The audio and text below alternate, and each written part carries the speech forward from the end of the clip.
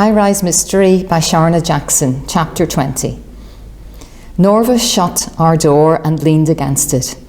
I immediately sat at our desk and shook the mouse, resurrecting the computer, opening our document. I looked at the to-dos. "Sis," she said in a low voice, "what the actual flip was that?" "I don't even know where to begin." "We'll start here," I said. Our first action was, I read it out to Norva, to do, find out about the meeting. "Well, what do we actually know about it?" Norva wailed. "Not that much." She slid down the door and sat with her back against it.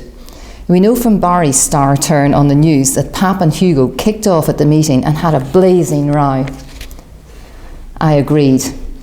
"Yes, that's been corroborated by the suspects who were here just now in our kitchen. But I agree, we need more detail." Norva angled her hips to reach for her phone, and then she sat back down. Stern-faced, she used both thumbs to spit out what looked like quite a demanding message. "Texting George?" I asked. "You're damn right I am," she said, throwing her phone in front of her when her task was complete. "Pap told Hugo to watch himself. Nick, he must have been really mad," Norva said quietly. "I know," I replied. "I'm actually frightened to find out the details." I looked back at the rest of our to-dos. To do, find out where the suspects went after the meeting. To do, ask Pap about his conversation and the limp. To do, test the Hugo shoot hypothesis. To do, ask Pap about the paint stroke bags. To do, close the time of death window. "Norva, we're not doing too well on the other items on our list either," I said. "We need to move quickly. Sharp will be all over this pretty quickly and..." Ding ding. Norva crawled forward to grab her phone. "5 minutes, George says, then we out." She looked over at me, and yeah, we have loads more things to find out, definitely. Urgently. A key one being, how the hell did Jane get into our flat? Because the door wasn't unlocked, as if. I span around in my chair. "Right," I said, "we would never..." I looked out of the window across the Try and let out a small bitter laugh. Any other time, that incident would have warranted an entire file for itself. Today, it's just a side mission of a bigger quest. Norva joined me at the window and used the telescope. Below us, the residents had gone home. May Burton and her ilk had packed their equipment away and begun to disperse. The Try became yesterday's news today. Officer Burnett manned the cordon in Katie's place, the tape replaced. "Do you think they'll have forgotten all about this in the morning?" I asked. "Are you mad? No chance," she snorted. "The forensics haven't even arrived yet by the looks of it. In 5 days maybe? Sure, but not now. The media and Lady Sharp are going to be all up in our business for a while yet." Ding ding. "He's ready. Let's bounce." Wait, keys, bundles, dogs," I asked. "Oh yeah, you do the bundles, I'll get the keys." I nodded and began to prepare. The bundles were piles of clothes we stuffed in our beds if we were ever out when we shouldn't be. We had used them successfully 2.5 times to date.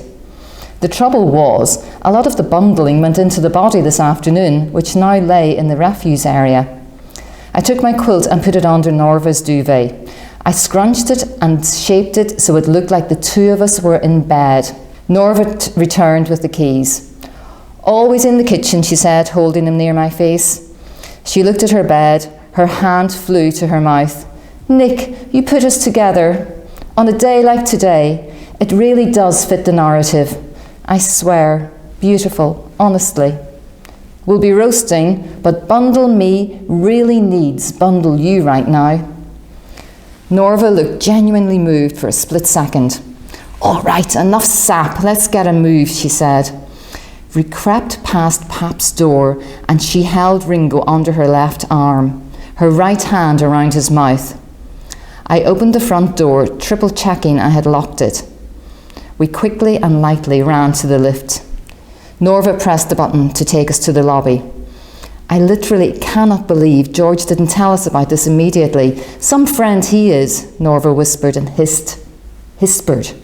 I laughed internally at the new word I just created. Norva continued, said he's recorded the meeting but couldn't send it over bongoed it. You mean embargoed it? Hell does that mean anyway? It means he didn't want to send it out yet. He was waiting to release it. God, what is his problem? He's just dedicated, I guess. We can't be mad with him, Norva. He literally just saved us and Pap. Norva kissed her teeth. I can be mad with who I like, when I like, to be honest. The lift stopped on the floor below. I held my breath. I knew who it should be, but what if it wasn't? The doors opened. All right, Norva said sullenly. How do you, Squired? George whispered. He stepped into the lift, holding his phone high in the air. What the? Norva began, but George immediately shushed her. I'm sampling the sound from my new tune, Lift Up My Ends, open bracket, corner 1, close bracket. It's going to be legit. Uploading it tonight. Watch me break the internet. We rode the lift in silence while George somberly felt at one with his soundscape. I stifled laughs all the way down.